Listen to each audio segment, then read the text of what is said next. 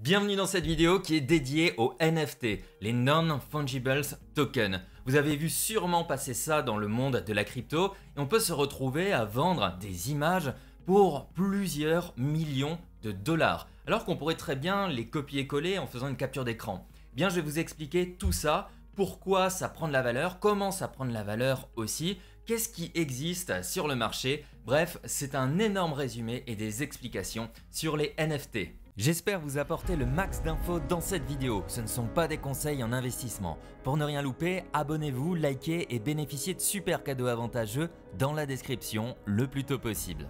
Ce que vous voyez en fond ici, ce sont des NFT. Vous pouvez par exemple acheter cette image ou cette image ici, peut-être pour quelques dollars, peut-être pour des centaines de milliers de dollars ou plus avec de l'Ethereum. Et de cette manière-là, vous devenez propriétaire officiel de cette image. Mais n'importe qui pourrait prendre une capture d'écran de ça et la stocker sur son ordinateur. Donc on va d'abord définir ce que sont les NFT. J'ai mis une petite définition. On parle d'abord du mot fongible, parce que ce sont des non-fungible tokens, donc des jetons qui ne sont pas fongibles. Qu'est-ce que c'est d'être fongible? Ça se dit des choses qui se consomment par l'usage et qui peuvent être remplacées. C'est surtout le sujet remplacé qui est important par d'autres de même nature. Je vous donne un exemple, je vais acheter une BD dans une librairie et le vendeur en a des dizaines d'exemplaires et le magasin d'à côté en a des dizaines d'autres exemplaires. Donc si j'en achète une, eh bien il suffira de remplacer celle que j'ai achetée avec une autre BD parce que c'est interchangeable et remplaçable. Mais dans le cas des NFT, ce n'est pas fongible, non-fungible token, et ce sont des choses qui sont donc catégorisées comme uniques et c'est ça qui va permettre de prendre de la valeur. Donc un token non fongible, c'est un jeton, un token unique qui n'est pas remplaçable. Il est clairement identifiable et si vous prenez une copie, eh bien on saura automatiquement que cette copie-là, elle est fausse et que l'authentique, c'est celle-ci. Et c'est ça qui va répondre à la question, qu'est-ce qui m'empêche de faire une capture d'écran de cette image et de la revendre pour le même prix? Si vous faites une capture d'écran de cette partie-là et que vous la revendez, vous n'allez pas toucher des millions, personne ne va vous l'acheter parce que vous n'avez pas la preuve d'authenticité. Vous pouvez avoir ce copier-coller partout, l'enregistrer sur tous vos ordinateurs, essayer de le vendre, vous n'avez pas ce qui fait l'authenticité. Et qu'est-ce qui va prouver tout ça? Eh bien en réalité c'est très simple parce que ces tokens, ces NFT, ils sont adossés à la crypto-monnaie. Et il faut considérer du coup chacune de ces réalisations comme quelque chose d'unique, comme une véritable œuvre d'art. Si vous avez une réplique par exemple d'une œuvre d'art, voilà, vous adorez un tableau de Picasso, vous allez dans le magasin du coin, il y a une réplique. Si vous avez cette réplique chez vous à la maison, vous n'allez pas pouvoir le revendre aussi. Vous pouvez revendre l'authentique des millions, très bien, mais des copies, ça ne se revendra pas, c'est juste pour de la déco, ça n'a pas de réelle valeur. Donc quand on achète un NFT, on va avoir une véritable preuve. Concrètement, on pourrait dire qu'on achète l'authenticité, la licence ou le certificat. J'ai mis ces différents mots pour vraiment appuyer sur le fait que c'est pas le fait de posséder une image qui est importante dans les NFT, et on verra qu'il y a d'autres NFT aussi. C'est pas le fait d'avoir le contenu, c'est le fait d'acheter quelque chose qui prouve que vous avez le numéro 1 dans sa catégorie et qui est distinguable parmi des milliers ou des centaines de milliers. Et ces éléments-là, ils sont inscrits bien entendu dans la blockchain. C'est pour ça que c'est lié au monde de la crypto-monnaie. Ce sont des tokens, voilà, des tokens NFT qui sont uniques, généralement basés sur le réseau Ethereum, mais il y a aussi d'autres choses qui sont en place. Donc, quand vous achetez de la crypto-monnaie, vous avez des histoires de contrats qui montrent et qui prouvent que telle et telle personne, telle et telle adresse a fait une transaction vers telle et telle adresse. Et c'est certifié, écrit dans les livres de la blockchain, dans la base de données de la blockchain, de manière ineffaçable. C'est marqué dans le marbre et personne ne pourra supprimer ça. Donc quand on achète un NFT qui est un véritable NFT, on a du coup un token qui a un contrat et qui présente le fait que c'est vous le possesseur et pas quelqu'un d'autre. Et si maintenant vous désirez revendre votre NFT, eh bien vous transférez tout simplement cette preuve d'authenticité à une autre personne et c'est inscrit dans le marbre partout que vous avez transféré à telle et telle adresse et que vous n'avez plus du tout la version authentique. Tout ça, ça se passe au travers de la blockchain, de la crypto-monnaie. Toutes ces données sont enregistrées, mais comme je l'ai dit, ce qui est intéressant, c'est le contrat qui est lié et les preuves que ça va générer et qui sont ineffaçables. Donc l'image, en réalité, ce qu'il y a à l'intérieur, il n'est pas stocké directement dans le token. Sinon on se retrouverait avec des données de crypto-monnaie encore plus lourdes et ça n'aurait aucune utilité, aucun sens. Sachant que là on parle d'image, mais on pourrait très bien faire un NFT d'un film qui fait 50 gigas par exemple, ou bien une œuvre d'art 3D qui modélise toute une ville qui fait plusieurs téraoctets. Et tout ça, ça fait naître des univers différents. On parle ici des CryptoPunks qui font énormément le buzz, parce que c'était aussi des précurseurs à ce niveau-là, mais on peut aussi avoir des audio NFT pour certifier que ça, c'est le premier enregistrement original de tel et tel morceau, de Led Zeppelin par exemple, ou bien la première fois, la première publication de Nyan Cat, la première vidéo postée sur YouTube, ça peut être aussi un NFT, et pour vous donner des idées, ça peut aller très très loin, ça peut aller dans les jeux vidéo. Petite anecdote, par exemple, le PDG de Twitter, lui, il a revendu son premier tweet en NFT à une enchère qui est montée à 2,5 millions de dollars. Donc en réalité, on pourrait créer des NFT de tout et n'importe quoi. Maintenant, la question qu'on peut se poser, c'est qu'est-ce qui m'empêche, moi, d'aller voler, par exemple, le premier pin qu'il y a eu sur Pinterest et de créer mon NFT. Mais si vous êtes le créateur de Pinterest, vous pouvez très bien vendre le NFT du premier pin qui a été effectué, du deuxième, du troisième, peu importe, et échanger de la valeur contre parce que vous allez apporter une histoire derrière et parce que le fondateur de Pinterest est étroitement lié à la publication du premier pin. Donc ça crée une sorte de marque historique, ça fait une histoire, ça donne du sens à l'œuvre. Même si, voilà, c'est un peu nébuleux, et je vais vous montrer quelques comparaisons qui vont être, je pense, très intéressantes. Donc pourquoi tout ça, ça peut valoir si cher? C'est vrai, acheter le tout premier tweet, ça va rien changer au monde, et ça prend de la valeur. Et je pense qu'il faut vraiment faire un comparatif par rapport à l'art, aux œuvres. L'idée, là voilà, c'est je suis sur les CryptoPunks et je peux voir les prix actuels. Là, c'est 2250 Ethereum, ça fait quand même 5 500 597 dollars. C'est juste ça. Je le rappelle, quand on achète un NFT, vous allez avoir cette preuve d'authenticité que vous possédez celui-là. Ok, c'est juste des pixels, il n'y a pas de technologie derrière, c'est juste, ici, du pixel, des images. Et cette réalisation, dans le fond, n'importe qui pourrait le faire. On se prend un petit tutoriel de pixel art sur YouTube, on apprend, et puis dans la soirée, on a réussi à créer quelque chose de similaire. Mais si vous le vendez sans les caractéristiques que je vais vous montrer, et sans la pensée qu'il y a derrière, vous n'arriverez pas à faire monter ce NFT. Et ces prix, on peut les trouver aberrants, mais on doit regarder un peu ce qui se passe aussi dans l'art. Si on regarde l'œuvre d'art Rabbit ici, qui est juste une statue de lapin de Jeff Koons, eh bien ça s'est vendu quand même à 91 millions de dollars. Est-ce que ça, voilà, quelqu'un qui s'y connaît un peu dans la création d'œuvres d'art à partir de métaux, eh bien c'est abordable? Je le pense, c'est pas quelque chose qui a l'air hyper compliqué, mais c'est toute l'histoire qu'il y a derrière et aussi le prestige que ça apporte parce que ça a été réalisé par cette personne, parce qu'il y a derrière d'autres personnes qui avaient envie aussi de l'acheter. C'est ça qui fait aussi grimper les prix et parce que c'est unique et rare. Et tous ces éléments-là, eh bien, ils viennent jouer et augmenter la valeur des NFT qui sont créés. C'est pour ça qu'on ne va pas acheter des NFT à quelques dollars, ils sont à centaines, milliers de dollars, des fois 100 dollars, peu importe. Tout ça, ça dépend des critères que je vais vous montrer. La manière la plus simple de le voir, comme je l'ai dit, c'est de considérer ça comme une œuvre d'art. Regardez l'œuvre ici sur la droite, il n'y a pas besoin d'être un artiste de dingue qui a travaillé pendant des années à faire des designs de fou pour pouvoir essayer de la créer. Mais elle a pris de la valeur à cause d'autres critères. Et c'est du coup pas la beauté. On regarde les CryptoPunks, c'est pas les trucs les plus beaux du monde. J'adore le pixel art personnellement. Mais voilà, c'est à la portée de tout le monde, c'est pas quelque chose qui est magnifique, c'est pas quelque chose que je veux afficher dans mon bureau. Et dans l'art, c'est pas la beauté qui va faire le prix, mais les critères que je vais vous montrer ici. Premièrement, sa rareté. Si vous avez Pablo Picasso qui a peint tel et tel tableau, ok, ce tableau-là, plus personne n'arrive à le retrouver, d'un coup il surgit. Je vous garantis que d'un point de vue rareté et œuvre, déjà parce que c'est Picasso qui l'a fait, et ensuite parce qu'il ressurgit nulle part, là, ça fait exploser aussi les prix.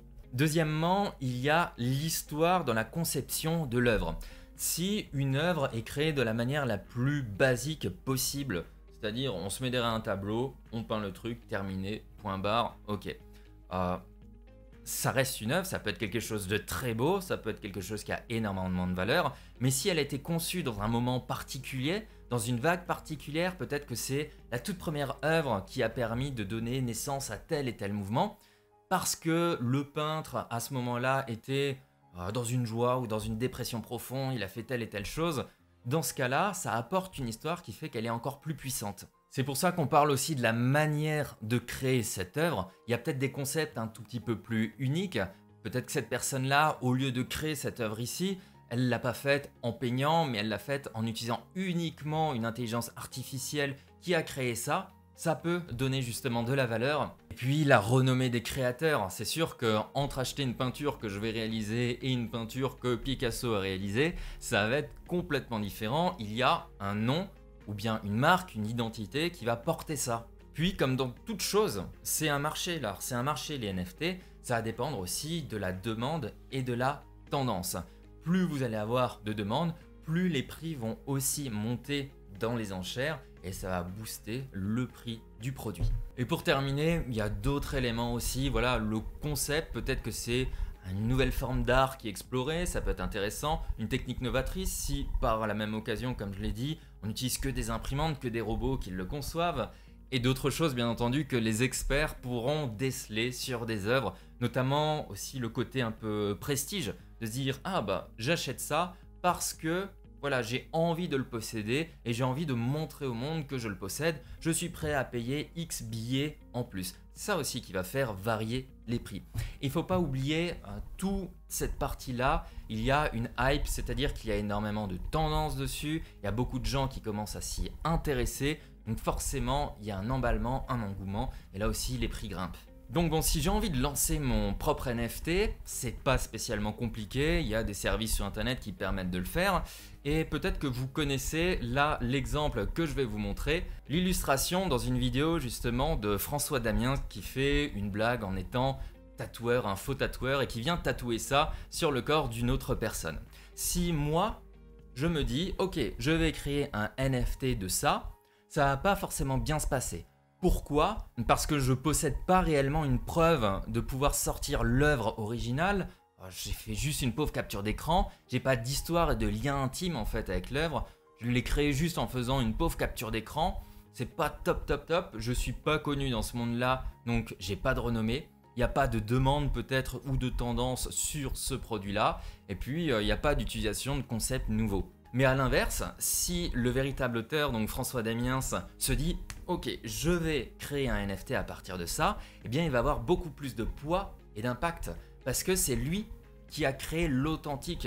Donc il va pouvoir, d'une certaine manière, créer le NFT authentique autour de cette illustration. L'histoire de ce tatouage qui est au travers d'une vidéo, ça fait des millions de vues sur YouTube et sur les réseaux sociaux. C'est quelque chose qui est connu. Et derrière, c'est pas une conception qui est normale. C'est pas quelqu'un qui s'est dit je vais dessiner ça et puis je vais en faire un NFT. Non, il y a une blague derrière. L'idée c'était vraiment de faire paniquer quelqu'un dans un salon de tatouage en lui montrant qu'on lui a tatoué ça sur le corps. Donc il y a ce côté panique, il y a ce côté souvenir et histoire qui vient justement se connecter. Et par-dessus tout, François Damiens reste quand même quelqu'un de connu, pas dans le domaine des NFT, pas dans le domaine de la crypto-monnaie. Bien entendu, tout ce que je dis ici, c'est juste de la supposition et de l'illustration, mais s'il en parle, ça va donner beaucoup plus d'impact qu'une personne lambda, parce que c'est lui aussi le créateur. Alors ensuite, à voir s'il y a une demande et une tendance sur ce genre de choses, et s'il y a un côté un peu nouveau, utilisation d'une technique novatrice. Mais voilà, on réunit déjà des critères qui font du sens pour la création d'un NFT. Et on peut vraiment le faire avec tout, on peut aussi le faire dans des jeux vidéo, par exemple, non pas la première cartouche du jeu Zelda, mais pourquoi pas le NFT officiel du personnage de Zelda, de Link, peu importe. Et ce qui est assez déconcertant, c'est qu'on mise de la valeur sur des choses qui ne sont pas palpables, qui sont visibles au travers des écrans et qui ne sont que des données. Mais je pense à mon sens qu'il va falloir s'habituer à ça de plus en plus et de considérer qu'on a un monde réel et qu'on a un deuxième monde qui est le monde virtuel. Et honnêtement, maintenant, c'est naturel d'aller sur des sites internet, de regarder des vidéos, de parler d'applications. Pourtant, ce sont juste des données numériques. Eh bien, ça s'inscrit un peu de la même manière, ces NFT. C'est un niveau encore au-dessus où on commence à acheter des choses qui n'existent pas avec de la vraie argent du monde réel, mais qui fait en réalité sens parce que c'est des actions, c'est des contrats, c'est des tokens.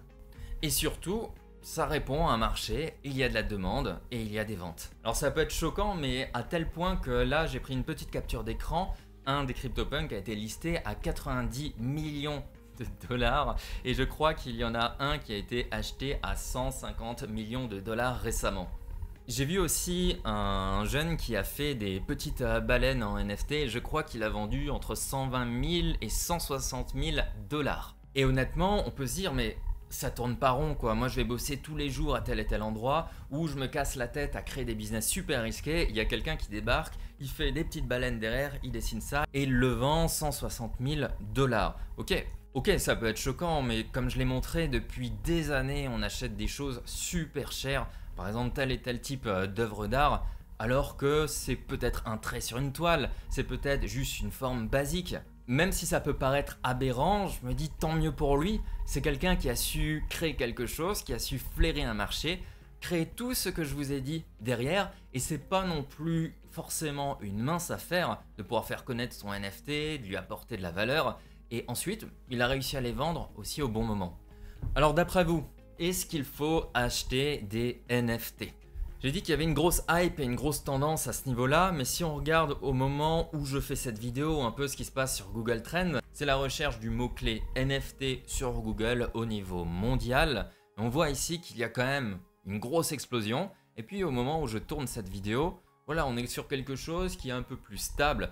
Donc en réalité, on a déjà une sorte de bulle qui a pété à ce niveau-là, qui peut revenir, il n'y a pas de souci, mais il faut réussir à se poser les bonnes questions par rapport aux NFT. Il y a une tendance qui fait que certaines choses sont potentiellement surévaluées et certaines autres œuvres sont aussi potentiellement sous-évaluées. Et on n'a pas forcément encore énormément de recul pour pouvoir détecter comment ça va se passer. Est-ce que ces choses-là au final vont totalement s'effondrer et des gens vont se retrouver avec des NFT qu'ils ont payé 15 millions qui va valoir 0. C'est le risque qui est possible. L'autre scénario, c'est que ça explose et ça devient une norme pour acheter de l'art et de l'authenticité sur internet, et dans ce cas-là, on se retrouve avec des prix qui peuvent potentiellement exploser. Moi personnellement, j'ai acheté que 2 NFT pour pouvoir tester et sentir le marché. Actuellement, je regarde ce qui se passe, j'analyse, j'achète quand j'ai envie de tenter quelque chose et je regarde un peu l'évolution. Je ne vais pas miser énormément d'argent dans cette partie-là dans un premier temps. Puis, avec les résultats que j'aurai, j'analyserai et je prendrai assurément plus de risques ou je mettrai totalement de côté la partie NFT. Je vais vous donner aussi quelques astuces et liens, je pense, qui sont utiles parce que c'est assez difficile de se dire ok, je vais acheter un NFT, mais j'ai aucune idée de la tendance actuelle. Est-ce qu'il y a des gens qui sont prêts à l'acheter? Est-ce que je me fais avoir ou non? Eh bien, dans ce cas-là, si vous allez sur Non-Fungible, je vous recommande de prendre un peu ce site pour référence. Vous allez voir par exemple, voilà, le NFT CryptoPunks, son histoire qu'il y a derrière, et puis une carte des performances. Pour voir un peu les interactions qu'il y a, pour voir la valeur, s'il y a du trade par-dessus, s'il y a des personnes qui sont intéressées ou non.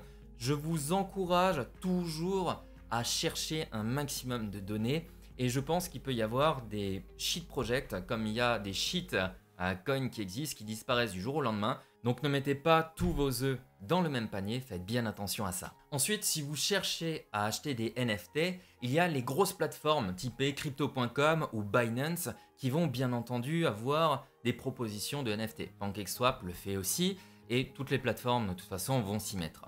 Néanmoins, si vous voulez quelque chose d'un peu plus typique, genre les CryptoPunks ou peu importe, bien souvent vous allez aller sur des marketplaces. Pour les trouver, vous cherchez Buy NFT ou NFT Marketplace ou bien sur le site officiel des créateurs de ces NFT. Petite mise en garde après tout ça, comme je vous ai dit, c'est quelque chose de relativement nouveau où on n'a pas forcément encore énormément de recul. On ne sait pas si ça va exploser, dans ce cas-là c'est jackpot, ou bien si ça va s'effondrer ou bien stagner. L'idée ici aussi c'est de faire attention. Je vous ai parlé des copier-coller qu'il peut y avoir, on peut très bien se retrouver, et je pense que ça va être le cas, avec plein de sites qui vont essayer de copier et de dire oui, nous on a les NFT de telle et telle chose, ça va exploser, achetez-nous-les, et au final, il n'y a pas le véritable contrat derrière. Vérifiez bien à chaque fois les sites où vous allez acheter. Regardez ce qui se passe dans la communauté, intégrez des groupes de NFT dans les réseaux sociaux pour essayer de voir ce qui se passe et savoir si tel et tel site est legit ou non. Et pour terminer, j'aimerais aussi vous mettre en garde sur un sujet, c'est que bien souvent il y a une nouvelle crypto-monnaie qui va sortir et tout le monde fait de la hype derrière et dit ça va être la nouvelle crypto-monnaie, to the moon, x 1000, x 10 000, ce genre de choses. Les gens mettent de l'argent et à la fin, quand ils lancent le coin, il se casse au bout de 5 minutes ou 10 minutes avec l'argent de tout le monde.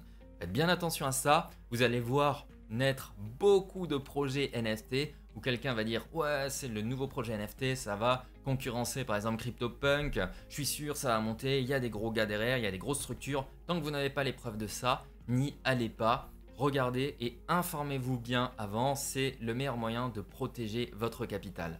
J'espère en tout cas que ce cours sur les NFT vous y a permis d'y voir plus clair, comment ça gagne de la valeur, en tout cas c'est ma vision des choses et je vous souhaite une très belle journée et un bon succès.